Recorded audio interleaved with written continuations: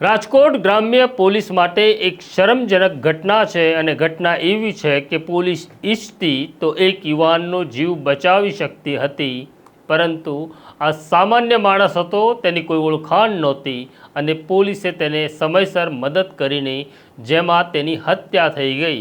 અને હવે સ્થિતિ એવી છે કે ઘોડા ભાગી ગયા પછી તબેલાને તાળા મારવામાં આવ્યા છે। આ ઘટના માટે જવાબદાર બે પોલીસ ઇન્સ્પેક્ટર, એક સબ ઇન્સ્પેક્ટર અને એક એએસઆઈ ને હવે સસ્પેન્ડ કરવામાં આવ્યા છે। પણ શું હતો મામલો, કેમ થઈ હત્યા અને કેમ આટલા મોડા પગલાં લેવાયા, તેની વિગતે વાત કરવી છે। વૈષ્ણવજન તો તેને કહીએ જે પીડ પરાઈ જાનાને રે।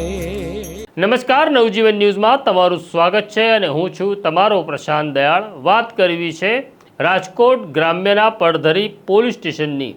2024માં એક ઘટના ઘટે છે। ઘટના એવી હતી કે એક સગીર વયની દીકરી ફિનાઇલ પી પોતાના જીવનનો અંત આણવાનો પ્રયત્ન કરે છે, પણ તેને ડૉક્ટર બચાવી લેવામાં સફળ થાય છે। જ્યારે આ દીકરીને પૂછવામાં આવ્યું કે તેણે કેમ આ પગલું ભર્યું, ત્યારે તેણે જે કારણ આપ્યું તે પગ નીચેથી ધરતી ખસી જાય તેવું હતું। ગામમાં જ રહેતા અજયસિંહ જાડેજા, મહેન્દ્રસિંહ જાડેજા અને યશપાલસિંહ જાડેજાએ તેની સાથે દુષ્કર્મ કર્યું હોવાની વાત આ સગીર દીકરીએ કરી।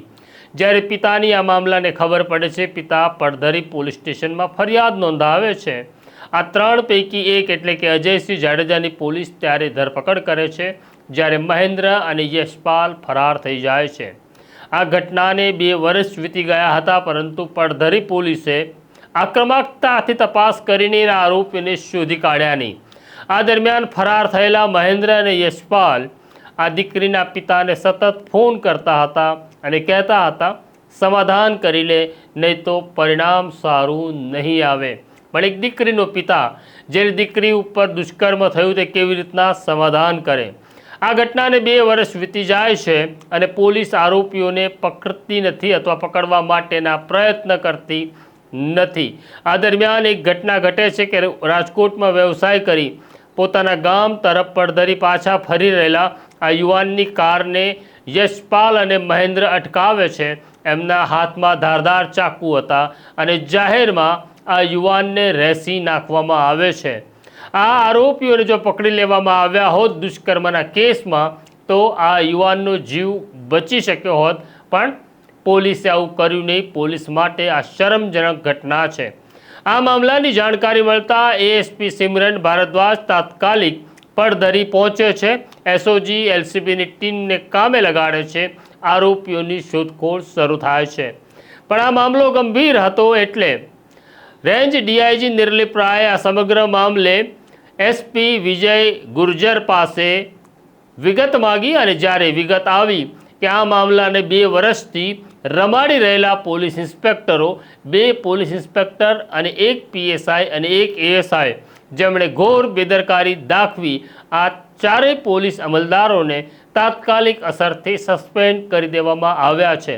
આ 4 અધિકારીઓને સસ્પેન્ડ કરી દીધા, તેનાથી હવે પેલા વ્યક્તિનો જીવ તો પાછો આવવાનો નથી, પરંતુ અમારે પોલીસ અધિકારીઓને, પોલીસ કર્મચારીઓને કહેવું છે કે જ્યારે કોઈ માણસ તમારી પાસે મદદ માગવા આવે ત્યારે એક વખત ઉપરવાળાને યાદ કરજો અને યાદ કરીને ઉપરવાળાને કહેજો કે અમને સદબુદ્ધિ આપે, કારણ કે નિવૃત્તિ પછી તમે સામાન્ય નાગરિક બની જશો અને જો તમે આવો વ્યવહાર સામાન્ય લોકો સાથે કર્યો છે તો જ્યારે પોલીસ નહીં હો ત્યારે પોલીસ પણ તમારી સાથે આવો જ વ્યવહાર કરશે।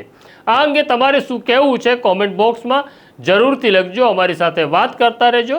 અત્યારે મને મારા સાથી સોનુસિંહ સોલંકીને રજા આપો। નમસ્કાર।